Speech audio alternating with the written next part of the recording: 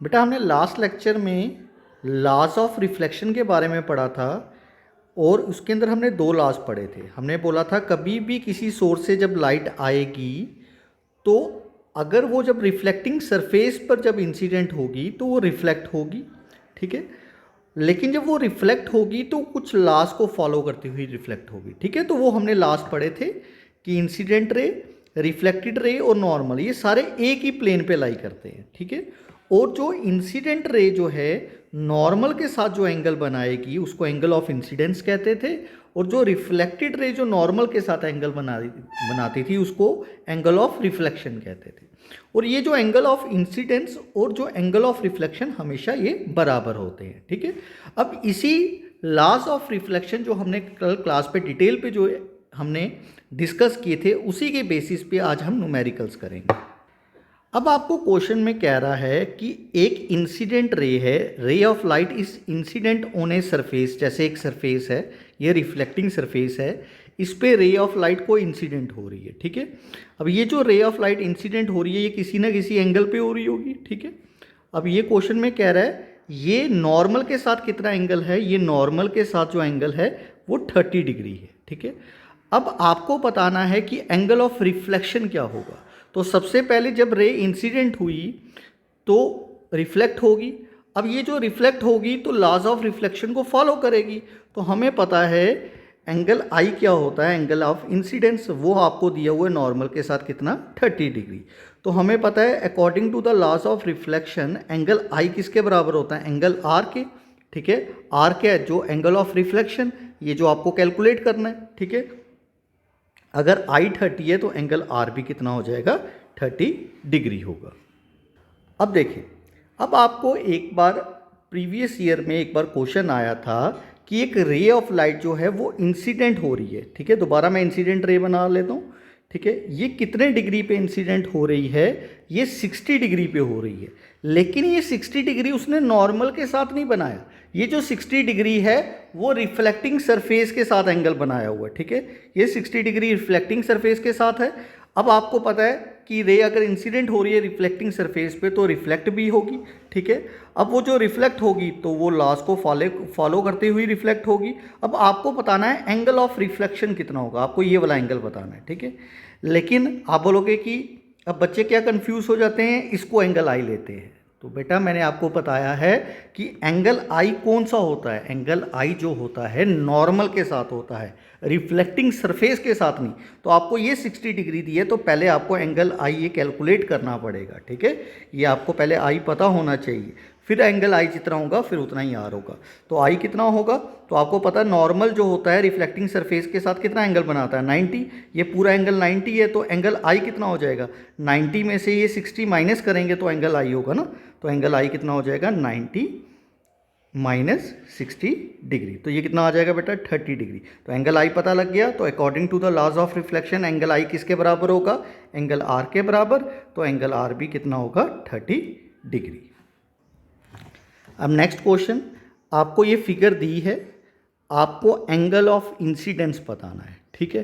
तो पहले आपने ये जो आपको पता लाइट को हम एक रे ऑफ लाइट, ये जो रे ऑफ लाइट है ये जो एरो है ये हमें डायरेक्शन बताता है, ठीक है।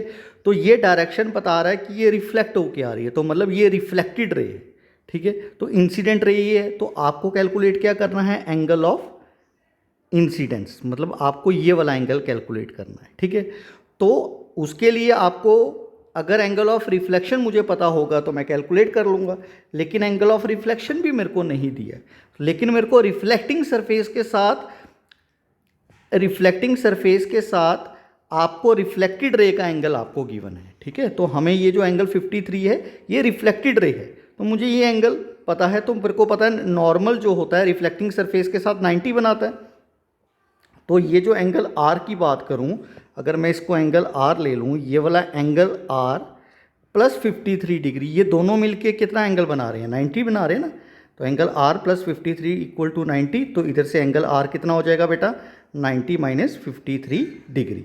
तो एंगल आर कितना हो जाएगा बेटा, एंगल आर हो जाएगा 37 डिग्री। तो हमें पता है एंगल लॉस ऑफ रिफ्लेक्शन के अकॉर्डिंग एंगल आई किसके बराबर होगा, एंगल आर के। तो एंगल आर भी कितना हो जाएगा हमारा 37 डिग्री, ठीक है। तो आपको आर तो पता है, लेकिन हमें कैलकुलेट क्या करना था, आई, तो जितना आई है उतना ही आपका आर है। तो ये हमारा एंगल आई भी कितना हो गया, 37 डिग्री। अब आपको कह रहा है नेक्स्ट क्वेश्चन में, एक रे इंसिडेंट हो रही है मिरर पे, एक ये रिफ्लेक्टिंग सरफेस है, मतलब ये अंदर से पॉलिश है। इसमें कह रहा है इंसिडेंट रे डेविएट हो रही है 120 डिग्री से, ठीक है। सबसे पहले आपको पता होना चाहिए नॉर्मल, अगर आपकी रिफ्लेक्टिंग सरफेस सर्कुलर हो तो नॉर्मल कैसे बनाया जाता है। देखो, अगर रिफ्लेक्टिंग सरफेस आपकी बिल्कुल स्मूथ होती है, अगर रिफ्लेक्टिंग सरफेस बिल्कुल स्मूथ होती है तो नॉर्मल बनाने का तरीका क्या है, आप बिल्कुल परपेंडिकुलर बनाते हो, ठीक है। तो ये आपका नॉर्मल बनता है, ठीक है। नॉर्मल के साथ रिफ्लेक्टिंग सरफेस का एंगल कितना होता है, 90 डिग्री होता है, ठीक है। अब अगर सरफेस सर्कुलर है तो अगर ये रे इंसिडेंट हो रही है तो रिफ्लेक्ट उसी एंगल पे होगी, लेकिन ये जो एंगल बराबर किसके साथ होते हैं, नॉर्मल के साथ। तो नॉर्मल कैसे बनाया जाए, तो रिफ्लेक्टिंग सरफेस के साथ कभी भी नॉर्मल बनाना है, नॉर्मल हमेशा जो है वो सेंटर से पास होना चाहिए, ठीक है। तो नॉर्मल बनाने का तरीका क्या होता है, आपकी जो एंगल पॉइंट ऑफ इंसिडेंस है, उस पॉइंट ऑफ इंसिडेंस से जब आपने नॉर्मल बनाना है, वो नॉर्मल रिफ्लेक्टिंग सरफेस के परपेंडिकुलर तो है, लेकिन अगर आपकी सरफेस सर्कुलर है, स्मूथ नहीं है, रेगुलर प्लेन नहीं है, तो आपको नॉर्मल बनाने का कैसे क्या तरीका है, आपने नॉर्मल को सर्कल के इस रिफ्लेक्टिंग सरफेस का जो सेंटर होगा उससे पास कराना है, ठीक है। अब आपको दिया क्या गया है, आपको कहा गया है कि इंसिडेंट रे जो है वो डिविएट हो रही है 120 डिग्री से, ठीक है। अगर मैं इस इंसिडेंट रे को प्रोड्यूस करूं, ठीक है, तो आपको ये डिविएशन एंगल होता है कि ओरिजिनल पाथ से आपकी रिफ्लेक्टेड रे कितना डिविएट हो रही है। तो आपको ये एंगल दिया हुआ कितना, 120 डिग्री, ठीक है। तो आपको पता है एंगल ऑफ इंसिडेंस जो होता है वो एंगल ऑफ रिफ्लेक्शन के बराबर है। अगर ये आई है तो ये भी कितना होगा, आई, ठीक है। तो आपका देखो एंगल आई प्लस आई, और ये डिविएशन एंगल, डिविएशन को डेल्टा से डोनेट करेंगे, वो कितना दिया हुआ 120 डिग्री। तो क्या हो जाएगा, देखो आपको पता है स्ट्रेट लाइन में सारे एंगलों का सम 180 होता है। तो angle i plus 120 degree equal to 180 degree. तो क्या हो जाएगा, ट्वाइस ऑफ एंगल आई किसके बराबर हो जाएगा, देखो ये प्लस उधर जाके माइनस करेंगे तो 60 हो जाएगा। तो इधर से एंगल आई कितना आ गया, 30 डिग्री। ये क्वेश्चन कराने का मेन मोटिव था कि बच्चों को नॉर्मल, जब सरफेस आपकी सर्कुलर होती है तो नॉर्मल कैसे बनाया जाता है, बस उसको आपने ध्यान में रखना।